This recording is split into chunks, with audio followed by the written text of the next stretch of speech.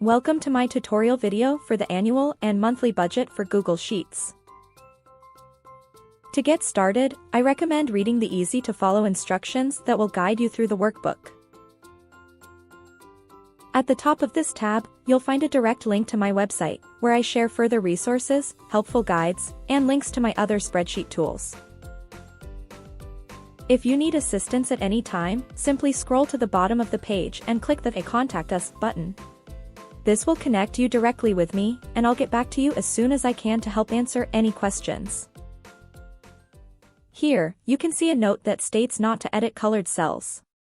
One quick note as you begin: some cells in this spreadsheet are colored to indicate they contain formulas or important information that should not be changed.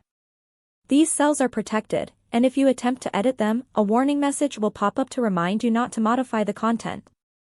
This design ensures that the calculations stay accurate and saves you from having to re-enter data in case of accidental edits. The first thing you need to do is to go to the Jan tab. The Jan tab is used to set up your spreadsheet. Even if you start using the spreadsheet on another month, use the Jan tab for your setup. Enter the year you wish to plan for. Then, select your country from a drop-down list, which will update the currency symbols throughout the spreadsheet. If your country is not there, contact me and I will add it for you. Next, enter your rollover in the cash flow summary table. This is the total amount you have in your bank accounts and any cash at hand at the beginning of the budgeting period. If it's the first time using the spreadsheet, enter the same amount in both projected and actual.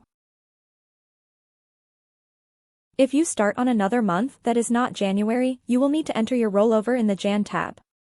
For future months, the rollover will be automatically calculated based on the information you enter in the tables. Then, move on to inputting all of the income and expense categories. The spreadsheet includes many default categories, but you're encouraged to personalize these to suit your specific needs. The income categories will need to be entered every month due to income often varying from one month to the next. After entering them in the Jan tab, the expenses, bills, debt and savings categories will be automatically populated every month. If you need to make modifications to the categories in the future, you will need to change them in the Jan tab. You have space for 16 income categories and an unlimited number of expense categories, covering everything from essentials to discretionary spending. In order to get the most out of the savings tracker, try to keep your savings categories within 16, as this is the limit to the number of spaces. Once you've set up your categories, it's time to start budgeting. Begin by filling out the projected columns, which provide an estimate of your income and expenses for the month you are budgeting for. This preliminary budget will help you visualize your financial goals and give you an overview of how much flexibility you have. For expenses, enter estimates in each category, keeping an eye on the cash flow summary to ensure you're within budget. If the remaining balance is negative, consider adjusting non-essential expenses to prevent overspending. Completing the projected section will give you a realistic view of your expected finances. If some or all of your projected entries stay the same each month, I recommend copying and pasting them into the other monthly tabs to save time. Now, shift your focus to entering actual data. This detailed data entry will give you a true picture of your spending versus your planned budget. Scroll to the right to locate the transaction tracker table, where you can record each transaction for the period. For every transaction, include the date, amount, and category. If the transaction is income, enter it in the in column. If it's an expense, enter it in the out column.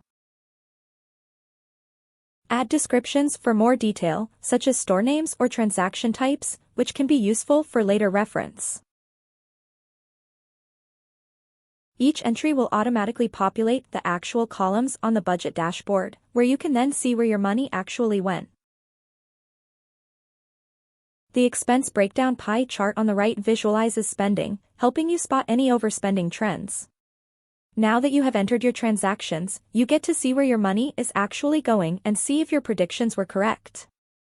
Go back to the cash flow summary to view where your money went and how much you have remaining. You can also compare your predictions to your actual transactions and see if you should adjust your budget for the next month. Located at the right is the Savings Tracker table. The accounts are automatically transferred from the table directly below. As I mentioned earlier, there is room for 16 accounts. When you first get started, the previous column is where you enter the amounts you have saved up to date. At the end of the period, you can adjust the amounts in these accounts using the interest plus or minus column. The currently column automatically adds any amount you have added in the transaction tracker. It should reflect the actual amount you have accumulated in your bank accounts and investment portfolios. You can see the total you have saved at the top of this table. If you want to transfer money from your savings and use it for expenses, enter the amount as a negative under the savings category. This will increase the money you have available without affecting your income entries. I designed this budget with simplicity in mind, so I chose not to include an account tracker to keep it as straightforward as possible. If you are using your credit card like a bank account, you can enter the transactions as expenses and bills. The money that you are transferring to your credit cards to use for those expenses/bills does not need to be entered in the spreadsheet. If you are making extra payments to your credit card that are more than your monthly expenses, then enter that difference under debt. To update the bills calendar, in the bills and debts sections, enter the day due. This should be only the day and number and not an actual date. Click the checkbox to add it to the calendar. Now that you have added all the days due and checked the boxes, go to the Bills Calendar tab. In the Bills Calendar tab, you can see all your bills and when they are due. Select the month you wish to view. The year is automatically updated with the year you have entered in cell D6 of the Jan tab. You can check the boxes off as you pay your bills. This way you know what was paid for and what still needs to be paid. If you wish to reset and empty all the checkboxes at once, press Ctrl and A simultaneously to select all. Then, press the spacebar twice.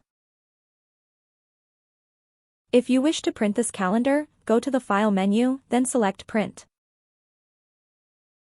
In the menu located at the right, choose Landscape and under Scale, Fit to Page. As the months progress and you enter more information, it can be a good idea to go to the Dashboard tab to view your finances and make sure that you are on track. In this tab, there is an annual cash flow summary table where you can see your abridged financial situation for the year. At the end of the year, the remaining that you see here is what will be input as the rollover when you start the next year. At the top, the charts show you where your money is going from month to month. This is detailed in the tables below. Scroll down to find your spending breakdown for the year. In the table and chart at the left, your spending is sorted from largest to smallest. This is a great way to see where your money is going. That wraps up the tutorial for the annual budget for beginners spreadsheet. I hope this video helped you understand how everything works and made setting up your budget feel a little less overwhelming. Thank you so much for watching.